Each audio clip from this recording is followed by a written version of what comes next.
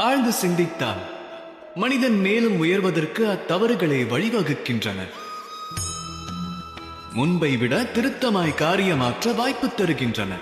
ஆனால் நம்மில் பலருக்கோ இந்த விளக்கமானது புரிவதே இல்லை. ஏனெனில் பலரது பார்வையில் தவறென்பது அவமானமாகிறது, ஒரு குற்றமாக கருதப்படுகிறது. அதை புரிந்தவன் தண்டிக்கப்பட வேண்டியவன் என கருதப்படுகிறான். ஆனால் அவ்வாறு ஏன் நிகழ்கிறது என்று சிந்தித்தீர்களா?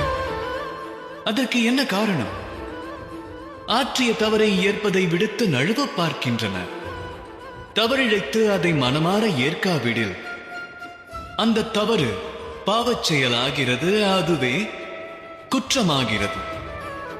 நினைவில் கொள்ளுங்கள், தவறை மனமாற ஏற்பதே ஆற்றிய தவறுகளை திருத்திக் கொள்வதற்கான முதற்படியாக மாறுகிறது.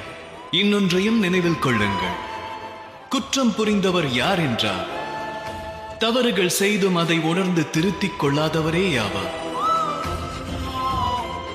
ராதா ராதா.